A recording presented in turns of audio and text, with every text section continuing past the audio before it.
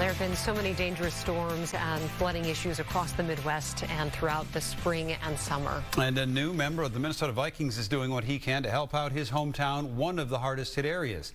Sports Director Jim Rich joins us now with the details on that. Jim?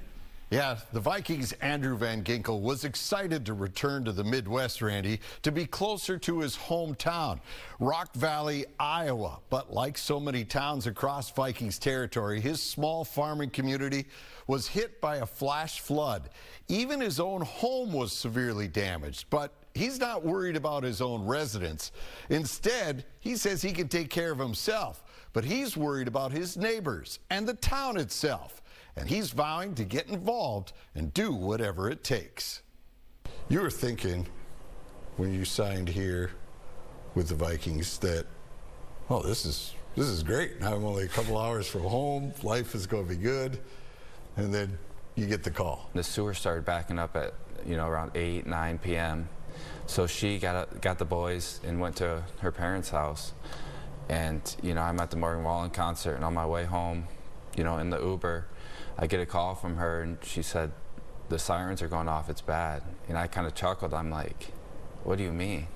Because we previously talked about the 2014 flood, and I thought my house would be good. And she's like, yeah, your mom, my mom are at our house getting all of our belongings, all the things that we can save, get it upstairs and into the car and out of there. And luckily for them, they got our cars and some of our, memorabilia and stuff like that upstairs and out of harm's way.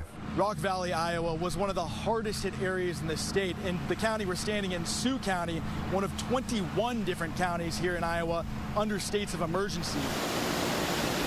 On the night of Saturday, June 22nd, Rock Valley devastated with more than 4 inches of rain in less than 90 minutes and a flash flood 5 feet higher than any ever recorded surged through town. It makes me, want to get off my butt and, help the community out in any way possible. And, there's churches, there's school, our library, all of downtown was affected. And it just makes me want to find ways to help the community and just bringing Mercy Chefs in to, provide meals to these families. I can't thank them enough. It was a game changer for our town, and just seeing all the volunteers that came together that lined up the streets and, we're in houses, guys of 15 just going in houses and stripping it down to its bare bones in, an hour and just moving on to the next house.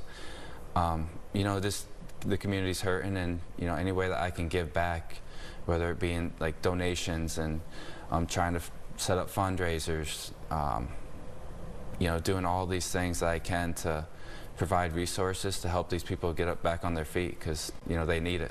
What is the reaction of the town? I think they're grateful. They're thankful, and I'm just trying to do whatever I can to the best of my ability to help and to give back. And we got a great community there. They're just full of great people that deserve the best and don't deserve this. So yeah, just got to do what we can to get them back on their feet. Growing up there, I'm picturing tractors go up and down Main Street and, bales of hay on street corners. What was the town like when you were growing up? Why do you have such an affinity for this spot? It's just a small community that buys into one another. When I grew up, it was a town of about 3,000 people, or, had one stoplight. Just a small dinky town in the middle of Iowa and cornfields. So,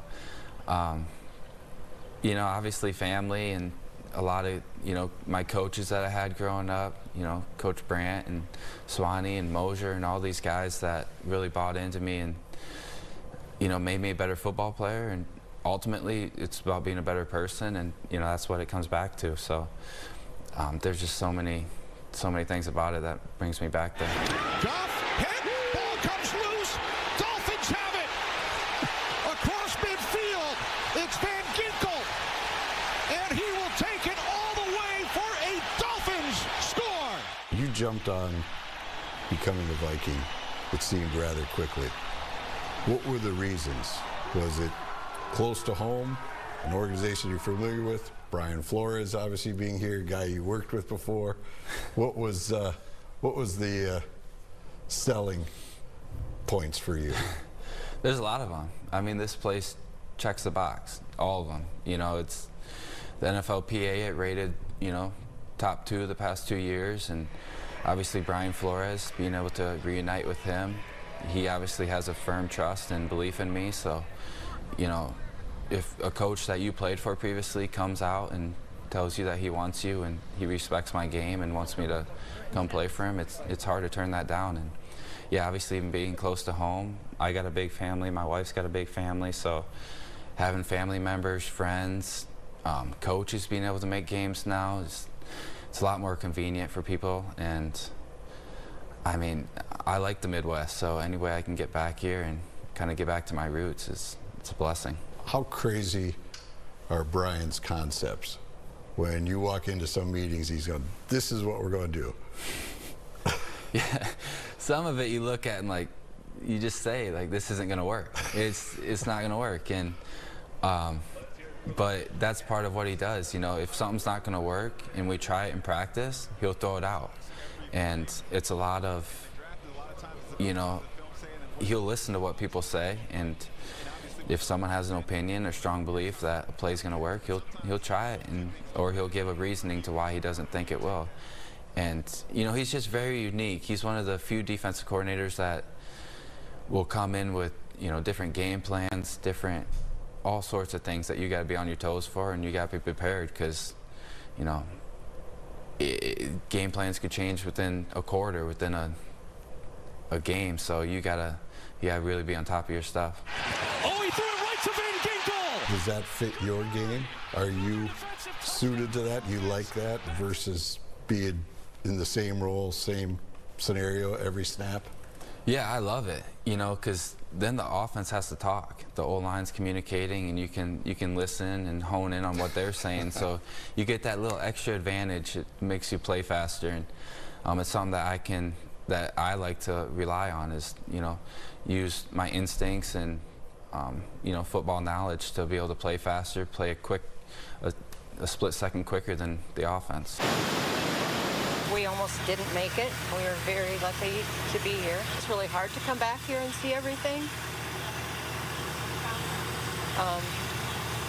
We found stuff that was on our main floor in the basement.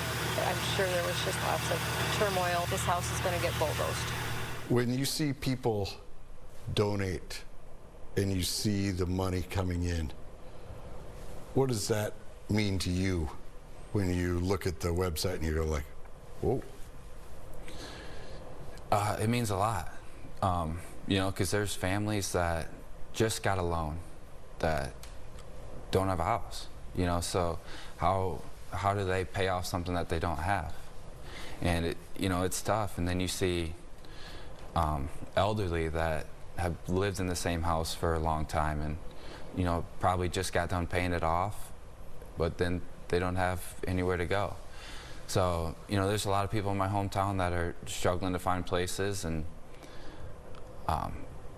yeah, the town is trying to come up with different ideas to, you know, prevent this from happening again, but also to provide housing for those people that are in desperate need. But it's got to make you feel good that you can put your name on something, you can get out ahead of this, and you see the response. Yeah, it does. But at the end of the day, my heart still aches, and you know, I don't like to, you know, gloat about myself or any, you know, my family or anything like that. So, yeah, I just feel bad for everybody that was affected and everybody that lost what they worked so hard for. Is there any great clips in Iowa? Because you got you and Hawkinson, the long hair. Oh, yeah. Is there even any of those in Iowa? Yeah, I'm sure there's a couple, but yeah, I just stuck away from them. Ever since I got to college, I just try to avoid them. Save some money on my bills. Smart. I like that attitude. Yeah, and if you'd like to help Andrew in his quest to rebuild his hometown, here are a couple links that are taking donations that are helping Andrew in his project. The Rise Above charity is also selling shirts to support the cause, so if you feel it, go to those websites and help out Rock Valley, Iowa, because they have been rocked. Yeah, not so different from a lot of communities right here in Minnesota, those small towns. It'll take so many years to recover, and like you said, there's the immediate need, but then they also have to figure out how to prevent this from happening again. So there's just so much work to be done. Right, he said like 5 years ago they had a big flood, they built walls, they thought that, well, this will do it, and this one was 5 feet higher than the top of that wall.